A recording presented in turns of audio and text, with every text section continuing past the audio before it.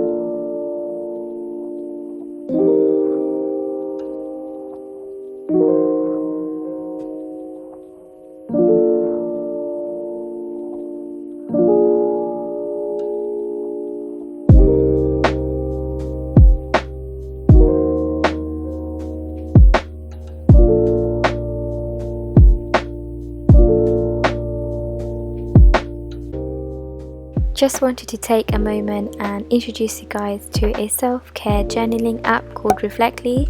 I have been using this for over a month now and I have been really enjoying it. It lets you record and track your own thoughts and feelings and also lets you upload pictures onto the online journal. I love how minimalistic it is and it makes my mind look a lot more simple and organized on the phone. It's super easy to use and also has a whole section filled with motivational quotes that you can just scroll through when you are not feeling too good. So if you are interested, then I will leave all the details below about the app in the description box, so do make sure to check it out.